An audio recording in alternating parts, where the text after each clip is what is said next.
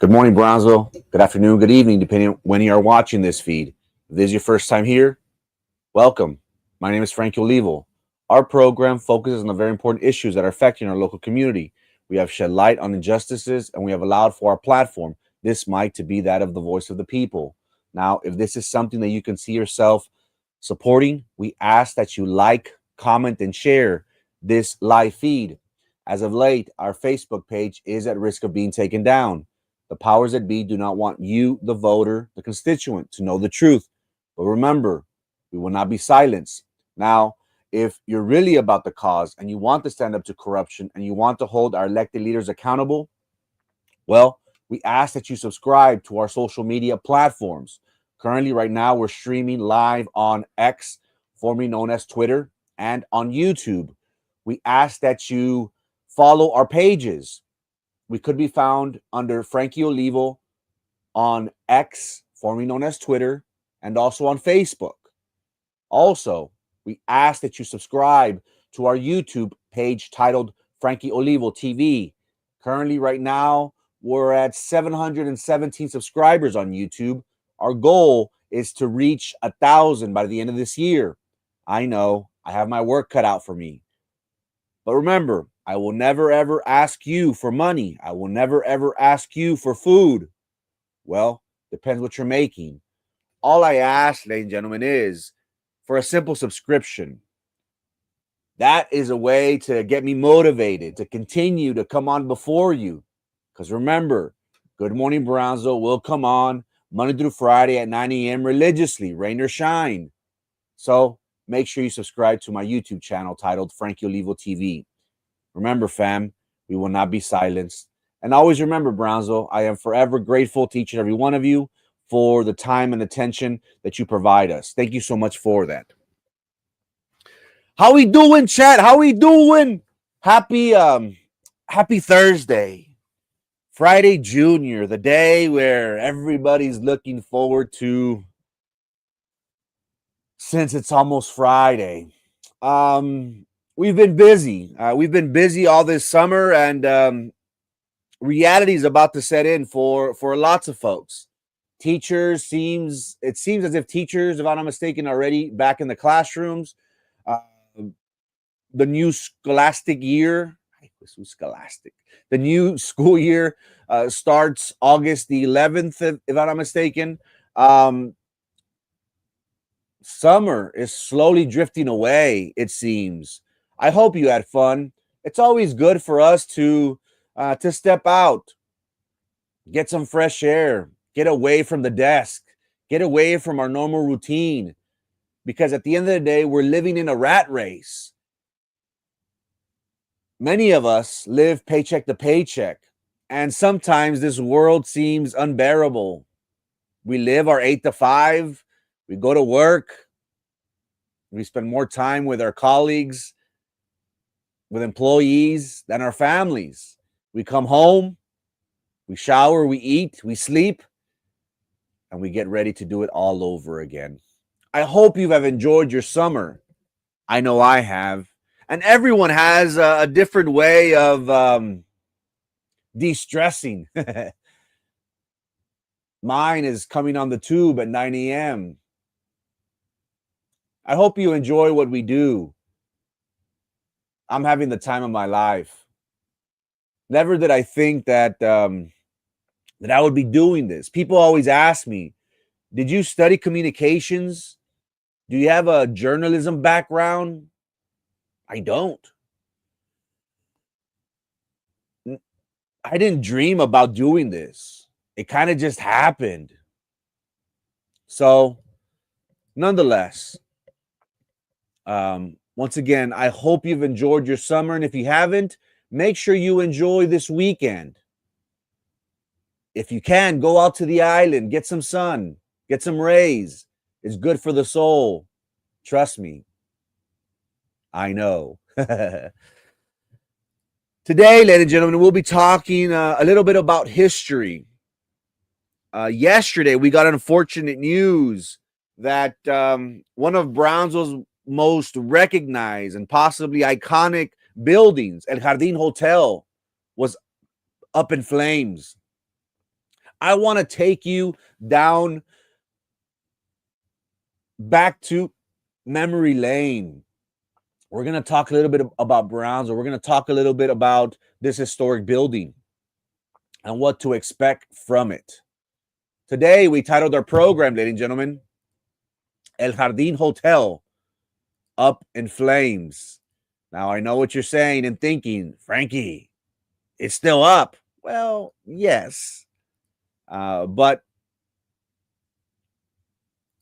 we have a lot to say on this matter, and that is how we will start today's show.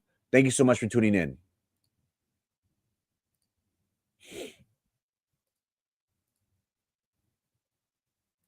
A mysterious hotel in downtown Brownsville that many see but few enter. Our Marlene Rodriguez went inside and shows us what it looks like now and how it was almost 100 years ago.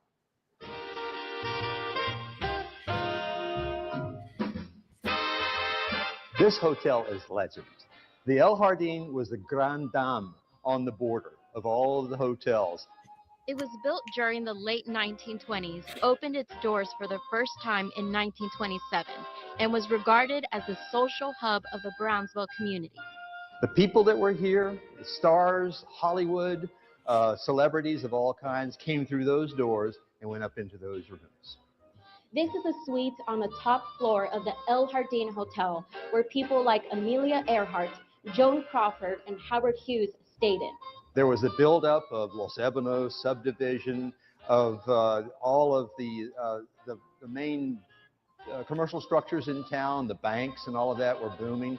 So the old timers that are here, you focus on this hotel, and if you're old enough to have been in this hotel during its heyday, it was a glamorous occasion, even towards the end. The hotel fell on hard times due to lack of patronage and closed its doors forever in the mid-1980s. It stood empty and deteriorated for years, and lovers of history are dreaming of the day it will open again. But it's more important to do it for that next generation that has never seen the hotel, because then if they see it come up out of the ashes like a phoenix, so to speak, they will see a grandeur that was here that it'll put them in awe. In 2016, the Texas Historical Commission's Town Square Initiative team, at the request of the Brownsville Main Street Program and property owner at the time, conducted a feasibility study on the hotel, but no plans of reopening are set in stone yet. For now, it will remain as a memory for those who witnessed its glory days. It has its place in history. In Brownsville, Marlene Rodriguez, KVEO, News Center 23. The 26th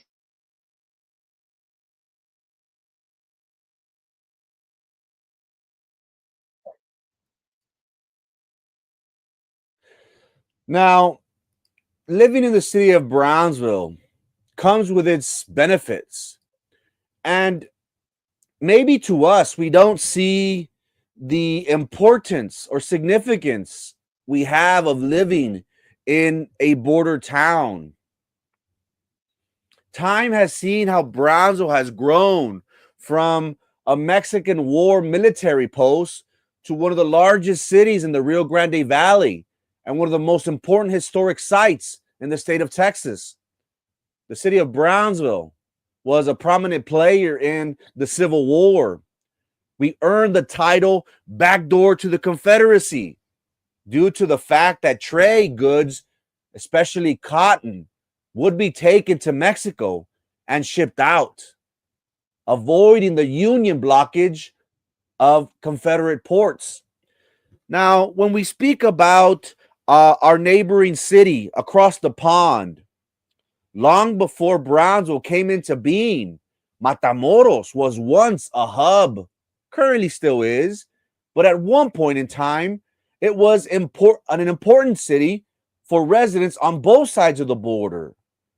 Matamoros went by the name of San Juan de los Esteros and Congregación del Refugio before taking its present name in 1828. Now, again, living in this area, ladies and gentlemen, it's rich in history. Europeans have been in this area if we go back to the 1500s. Now, for nearly a century, all of Texas, either part of Mexico, was claimed by Spain.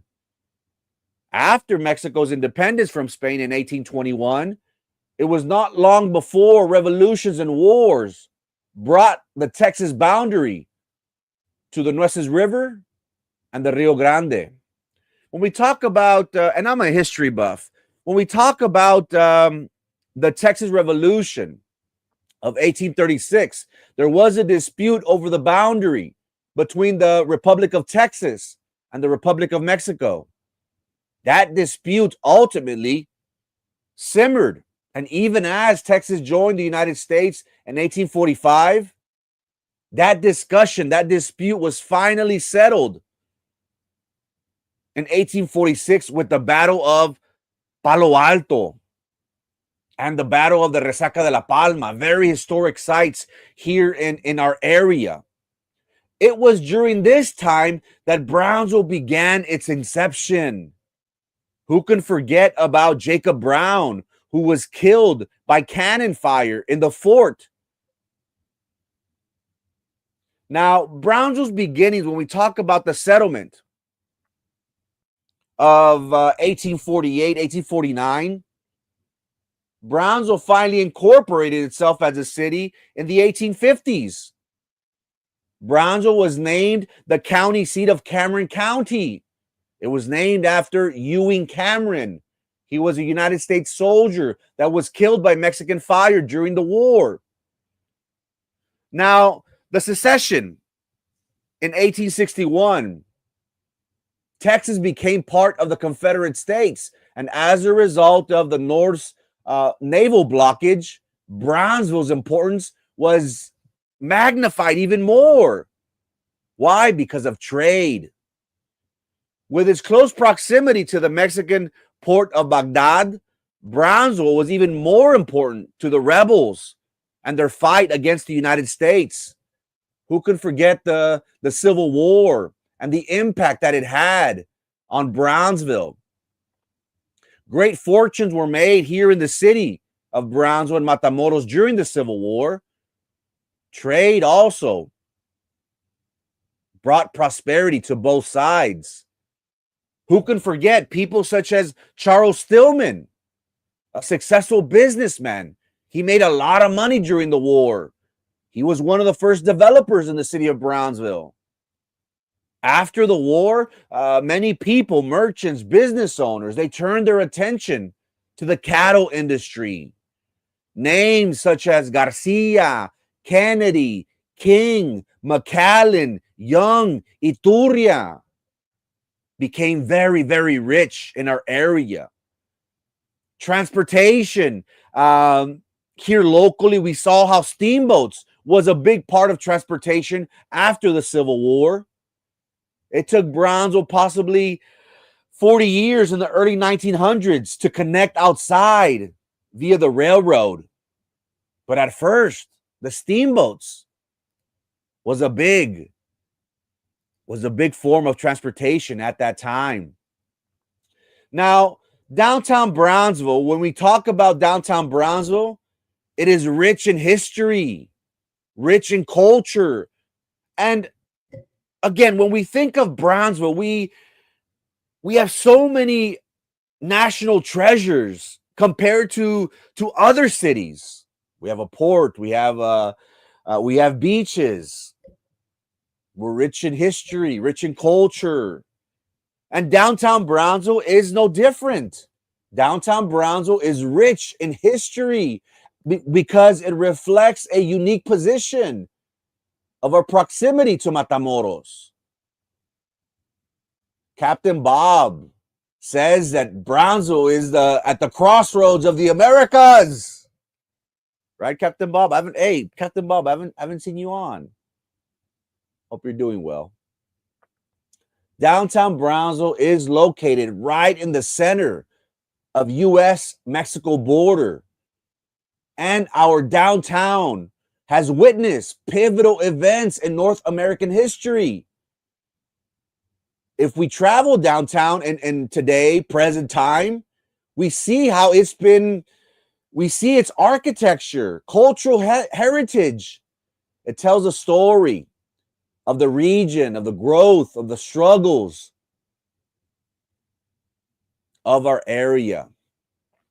Important sites such as Fort Brown, how it had great importance to the military. Now it is Texas Southmost College. I like to go to TSC and walk. If you haven't realized already, I'm a history major. I'm a history buff. I live for those things. The Mexican-American War was fought on those lands. Now, when we talk about downtown Brownsville, I think we all have stories, or we remember a time where cross-border commerce and cultural differences met, the cultural fusion, as they say. Downtown Brownsville did develop as a bilingual and a cultural economic hub. Look at this. Look at these buildings. The Majestic Theater. I like to talk to people that still remember going and spending their 5-10 cents in the area. It is interesting to learn of the dynamics of the culture of the life in the 50s and the 60s of what was downtown Brownsville. Many of the buildings are being restored. There are projects to give them a facelift. But if we talk about the history of downtown Brownsville, many of those buildings were constructed in the late 1800s and early 1900s. The architectural styles were blended between Mexican, Spanish, and American influences. Currently, right now, Market Square, what we know Market Square now, at one time was a center of trade.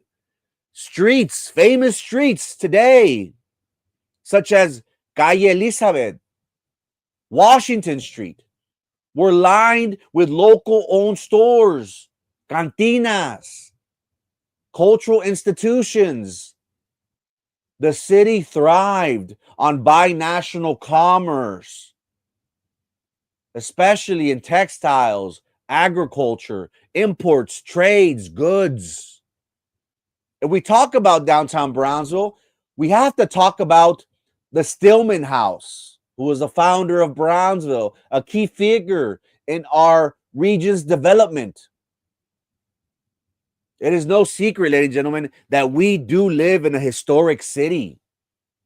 Downtown Brownsville is one of Texas' most historical and significant downtowns, with over 180 buildings listed according to the National Register of Historic Places, one being the Stillman House, another being the Immaculate Conception Cathedral. It is a Gothic structure that was completed in the mid-1800s. But for our episode today, for our program, I want to focus on El Jardin Hotel, a once grand hotel that was built in 1926-27. It reflects the early ages, the early times of the 20th century's economic boom. That is what I want to talk about today. Why? Because downtown Brownsville, it remains a vibrant symbol of our identity living on a borderland. People who are proud, people who are resilient, deeply rooted in a mix of Mexican American and indigenous cultures. Downtown Brownsville, ladies and gentlemen, is a place where history isn't just preserved in buildings, but it's lived daily in language, music, food, and tradition. This picture that I have before you, ladies and gentlemen, is an old picture. This that you see is how El Jardin Hotel and a railway hotel of that area It was built next and adjacent to the Missouri Pacific Railroad for the convenience of tourists and travelers. If we think about El Jardin Hotel, we have to talk about the Spanish architectural design. It only included 6 floors at that time, a cupola, and a rooftop garden and dance hall. The formal celebration of the opening of this hotel occurred back in May of 2027. When we talk about the architect, that architect was Robert Kelly, based out of San Antonio. His firm, the Kellwood Company, it designed several buildings throughout Texas and many in Brownsville, including the Missouri Pacific Railroad Depot, the First Presbyterian Church, the Chamber of Commerce building, and El Jardin Hotel. El Jardin Hotel, ladies and gentlemen, at one time was considered and proclaimed the finest hotel in all of the Rio Grande.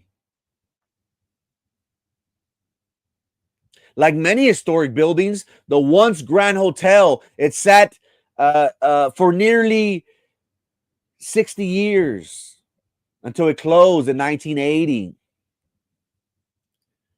What we have seen, ladies and gentlemen, from this historic site was that it was a hub.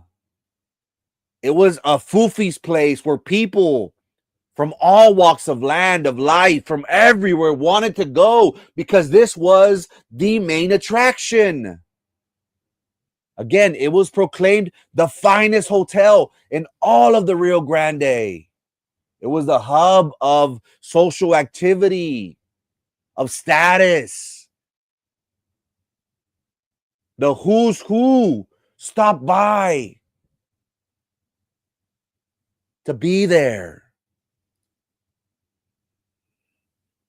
Now, stories of people that walked the halls of El Jardin Hotel in the 1920s.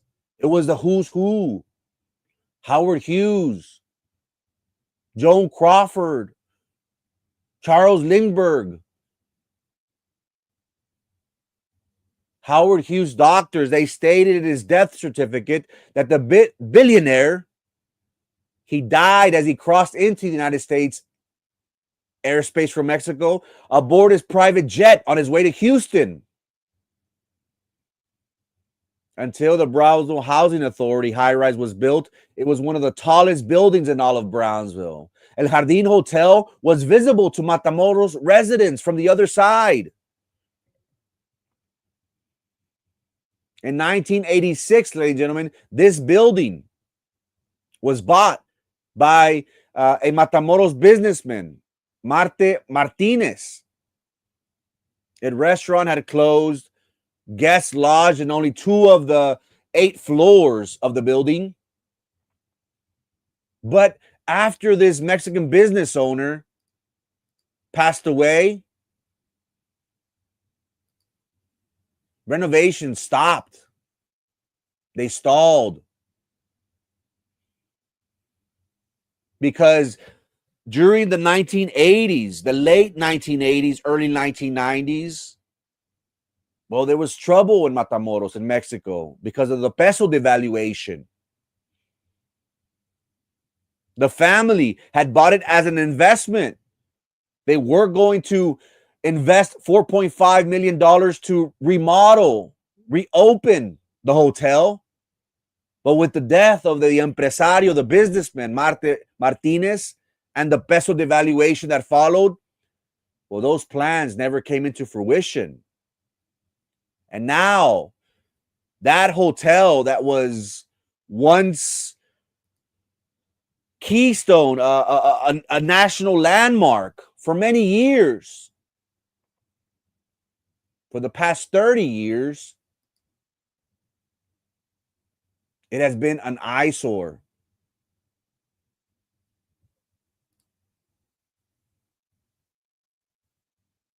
Some have complained that the owners have not complied with city ordinances. Right across the street from this building is the famous Capitol Theater. And I love hearing stories of individuals that that lived during those times. I really do. I have a friend that talks to me about she grew up in downtown Brownsville. She currently lives and works in downtown Brownsville. And she talked to me about the history. I love listening to stories of the 1960s, especially of stories of El Capital, the theater. Almost every kid in Brownsville during the 1960s remembers that every Saturday, with a quarter in their pocket, they could buy popcorn for a nickel. They could buy a Coke. And they still had some change left over.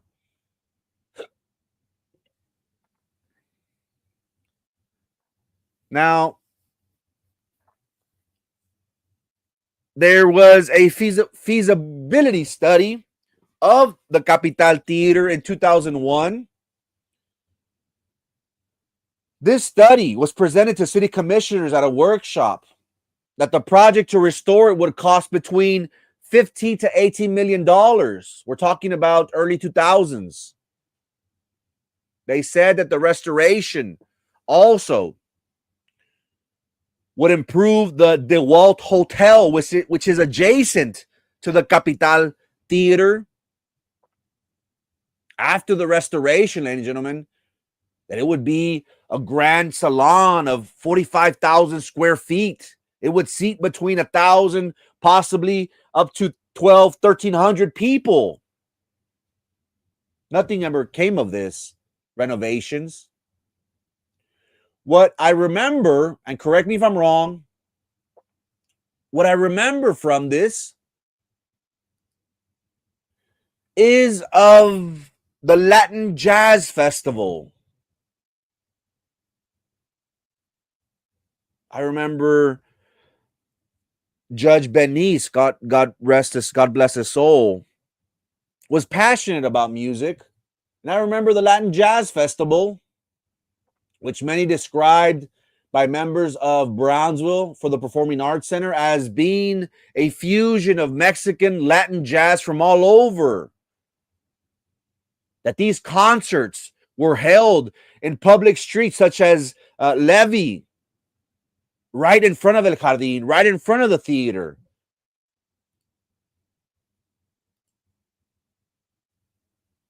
For the past, 15, 16 years?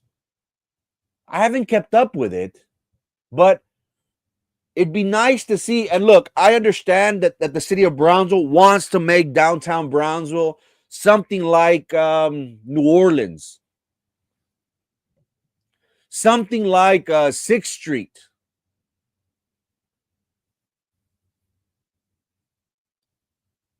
Now, with the renovations of El Jardin Hotel, many people anticipate, while Lolita says that downtown Brownsville would never be an attraction, many people still hold expectations that it can be something.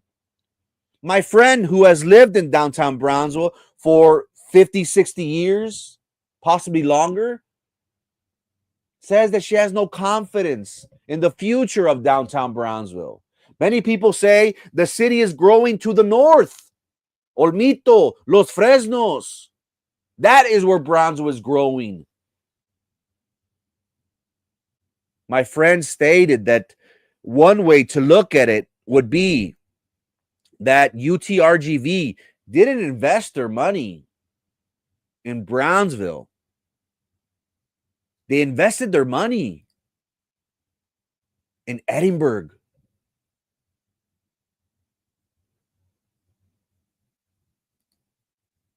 Now, while UTRGV did purchase the Majestic Hotel and is currently, correct me if I'm wrong, chat, currently under renovations of the, I want to say $30-40 million. But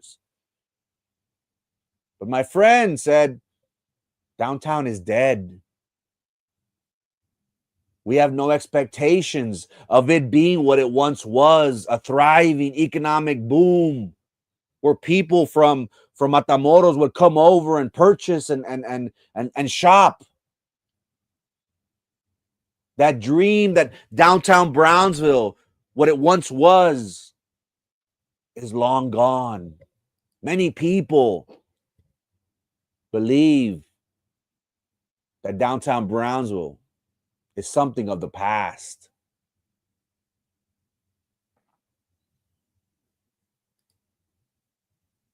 Maybe, Lolita. Maybe. Many people attribute to our lack of progress because of our politicians. We have seen that downtown businesses have been started, buildings have been restored from key prominent politicos and their friends, that they are the ones, the only ones that are receiving grants for renovations. Our former mayor, former city employee Ramiro Gonzalez, who resigned, was fired, depending on who you ask, they were caught with their hands in the cookie jar for trying to acquire, what was it, $200,000-300,000 from BCIC, from GBIC, for restoring their historical buildings. We have seen how they have found loopholes and gotten tenants that the tenants have asked for those funds, and it all trickles back to them. If you ask, ladies and gentlemen, if you ask developers, realtors, they agree that this restoration of El Jardin Hotel is important. In 2019, the company BHOC, they did purchase the building. They do plan on transforming it to a 40-plus residential housing units on floors 2 through 8. People are saying that it's going to be like a Section 8. The original cost of the development went from 18.5 million to close to 30. Currently, right now, El Jardin Hotel in downtown Brownsville is under renovations. Now,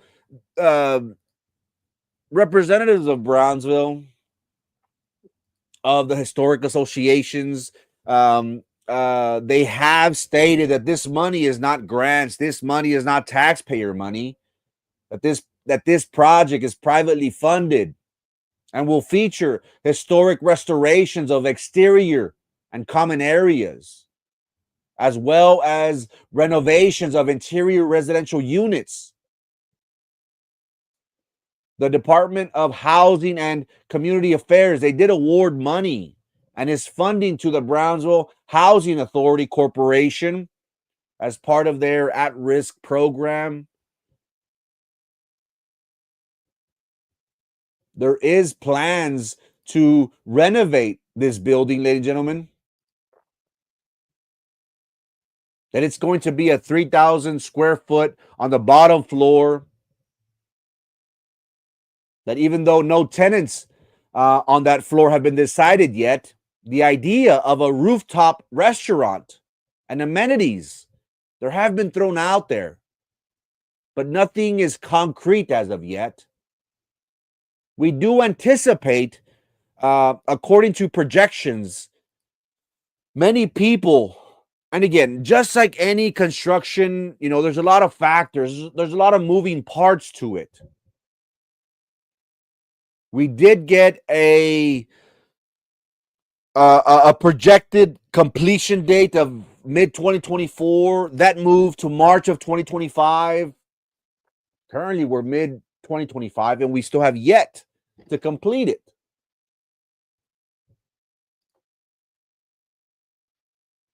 What is interesting to learn from this location, ladies and gentlemen, is that yesterday there was a fire near and around that hotel. The Brownsville Fire Marshal's office is investigating a fire at the historic El Jardin Hotel that occurred yesterday, July 23rd, Wednesday afternoon at approximately 2:35 p.m. The Brownsville Fire Department, they did receive a report of a fire located on East Levy Street.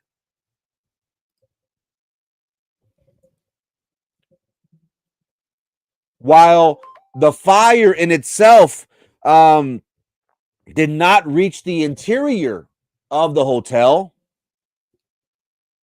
fire department spokesperson, they did say that the quick response of our firefighters that did save the owners, the project, millions and millions of dollars. According to the Brownsville Fire Department spokesperson, there was a heavy fire load in an exterior trash area in the back of the building.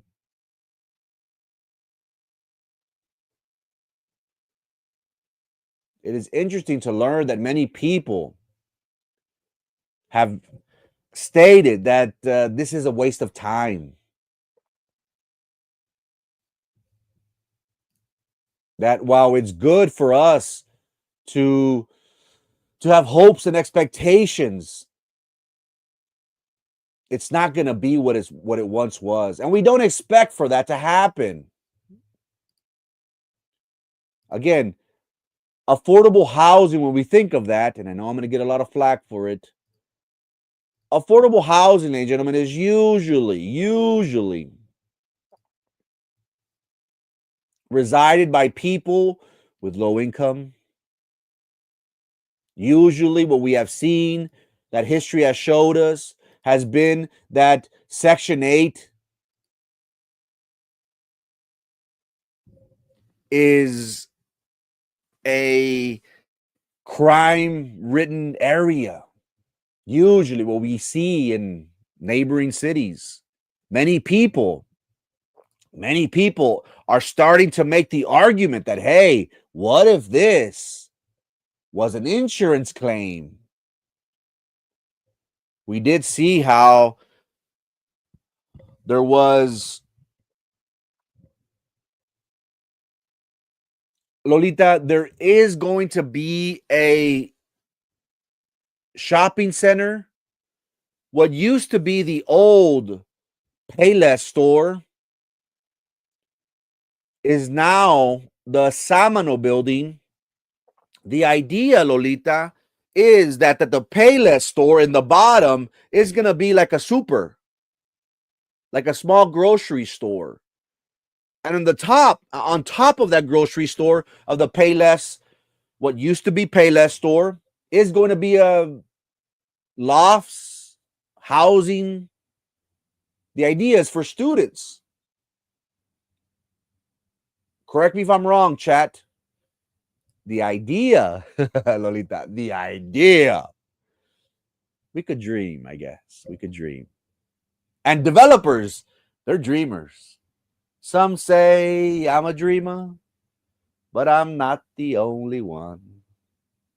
I hope someday you'll join us so the world could live as one. If you speak to developers, ladies and gentlemen, those individuals are visionaries. They don't think like we think. They think ahead. They think of 10, 20, 30 years down the line. And they try to push that vision and make it into reality.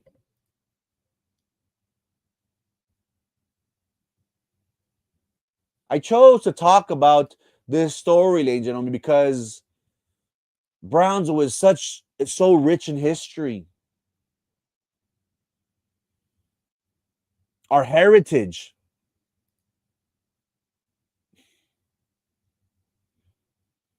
I'm a lover. I'm a midnight smoker. The reason why I talked about this, besides the fire that happened yesterday, is because I want to relive those moments. Those moments that Brownsville was prosperous. For many years, downtown has been neglected. We have seen the growth of our city go north. Heck, we got the city of Brownsville that gave millions of dollars. Was it $90 million to the Madeira projects that are building or are developing in northern Brownsville? While our city commission states that their goal, and they have actively been using resources for the reason being that they want to bring the tradition of downtown Brownsville back to what it was.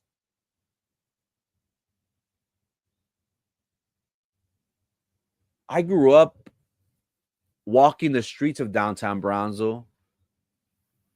My grandfather has a building there for over 40 years. I grew up at the office. I'm a nerd. And I remember walking the streets of downtown Brownsville, passing through the ropa usadas, passing through La Tiendita de los Chinitos. Now it seems as if that is a distant memory. While Gamboa makes an interesting point, while the buildings may no longer have their beauty, we must talk and never forget of the history of what was downtown Brownsville. McAllen, Harlingen, San Benito, they wish that they were in the spot that Brownsville is right now.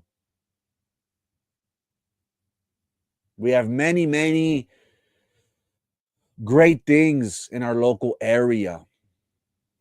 We're a borderland.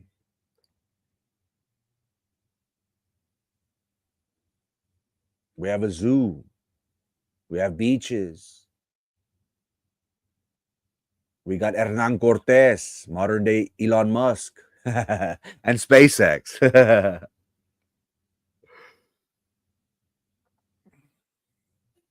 They always say that whenever you try to relive the past, it's never the same.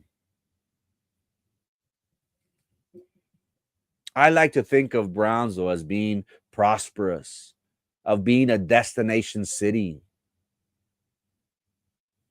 Maybe the restoration of El Jardin Hotel would bring more attention to the city.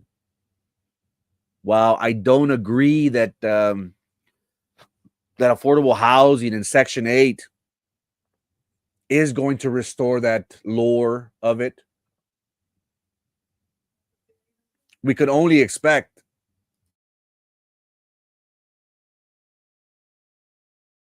that great things are to come. We've been criticized a lot for being critical of our city. Good Morning Brownsville focuses on targeting politicos. We want to hold them accountable for everything that they do, because at the end of the day, they have a huge responsibility to you and your family.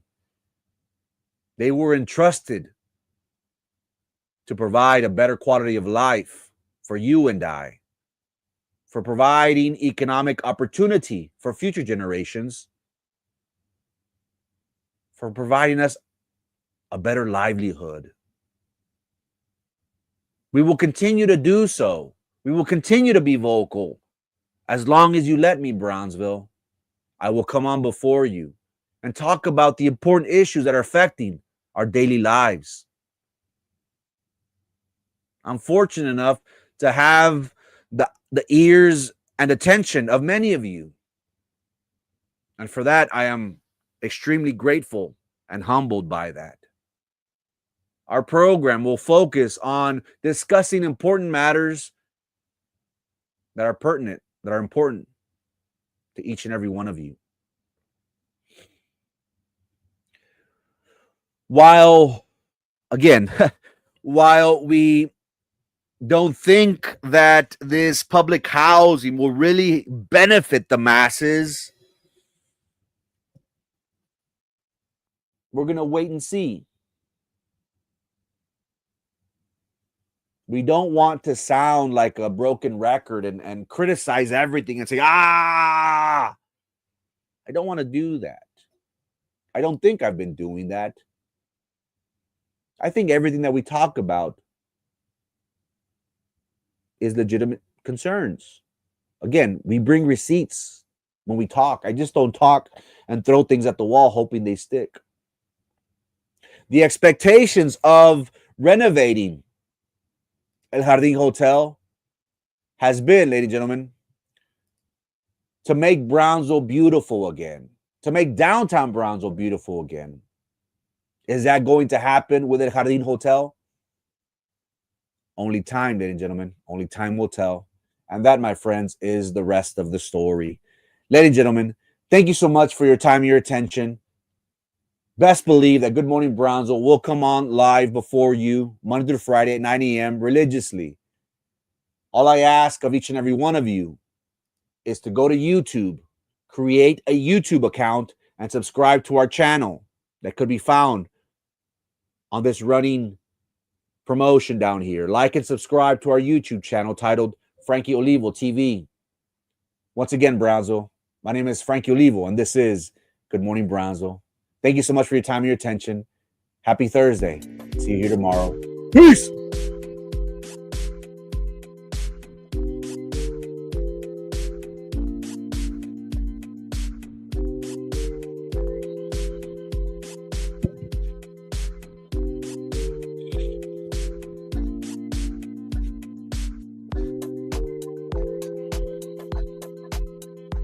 Me too.